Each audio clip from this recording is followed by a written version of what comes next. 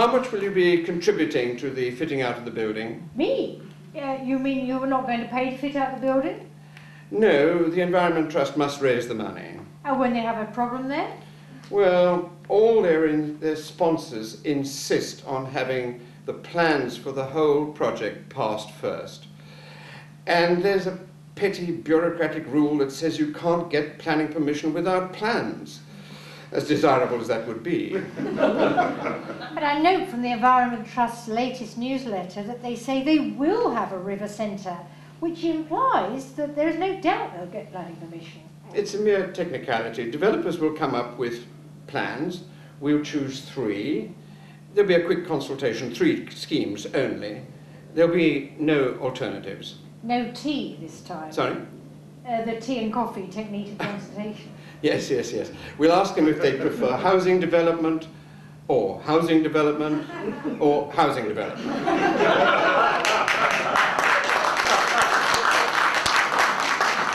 And then the Cabinet will make the final choice. But will the Council's planning department pass these plans? Can you imagine them daring not to pass them after they've been working with the Environment Trust for 3 years? Well, hardly. If the planning department could pass the plans for Marks and Spencer's and Zagolovich and Dorney Day schemes, they'll pass anything. So why not say so now? It's our way of keeping the objectors quiet for as long as possible by telling them to wait until they can see the 3 final plans and pass on their views to the planning committee. It's consultation. But isn't there some doubt in the sponsor's mind about how successful this river centre will be?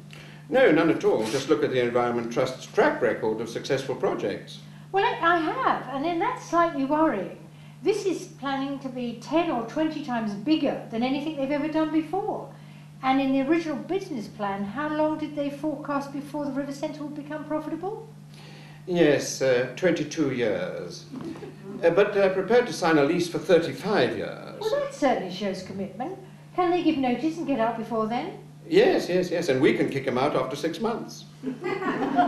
How long is the Environment Trust committed to keeping this river centre running if it runs at a loss?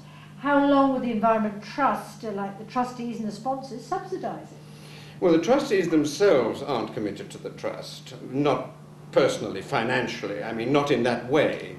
No, future funding and the extent of future revenue are all very much of concern to them. They, unlike the council, are very risk-averse. And that is why, if it's not successful, the trustees want to be able to close it down and walk out. Couldn't you get some sort of guarantee?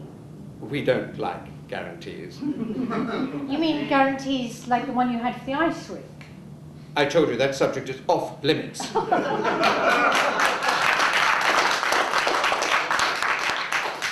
Okay, but if the Environment Trust walked out, wouldn't the building be unoccupied despite the 35-year lease? You mean if the Trojan horse became a white elephant?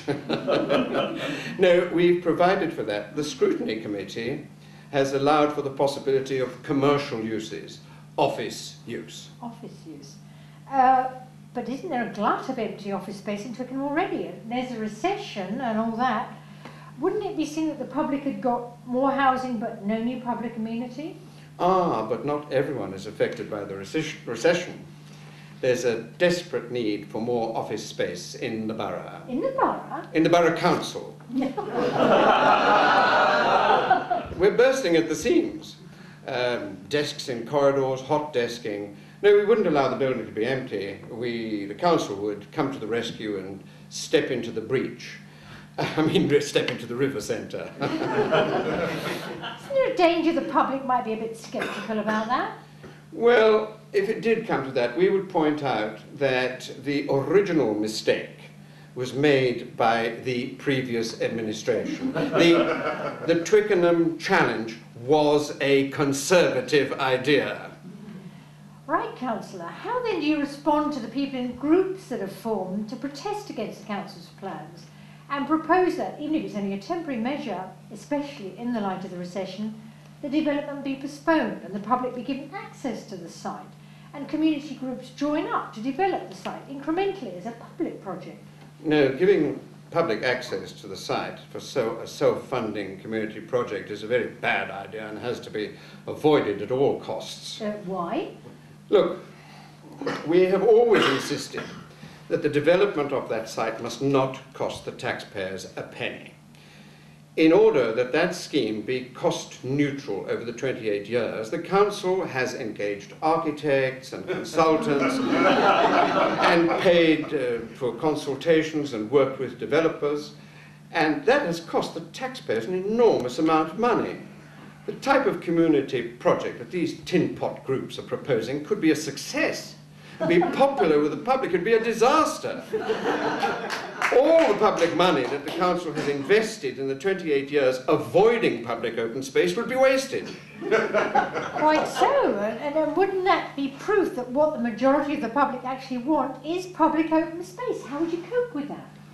We'd be forced yet again to spend even more money persuading them that they were wrong yet again. I'd call in the consultation officer and say, now look, the situation is unacceptable. You must arrange for yet another consultation which proves again that the public want housing on that site. We've done it before, we can do it again. Then we must be able to show that what we want to provide is what the public wants. And then I'd say to the consultation officer that his job is on the line.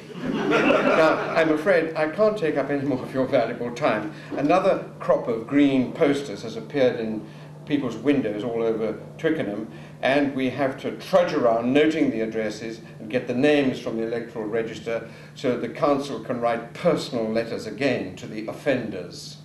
Suppose that a councillor put a no third runway poster in his front window, and the next thing he knew he'd got a letter from Gordon Brown. Wouldn't that be intimidation? No, he'd ignore it. And if it came from Peter Mandelson? He'd shit himself. And the cost of these council letters, they're at the council taxpayers' expense? Yes, it's monstrously unfair. We should be able to charge the cost of these letters to the people who put the posters in the windows. And in the future, it will be. And how will you achieve that? Consultation. Public consultation. Councillor Parr, thank you for your time. It's been a pleasure.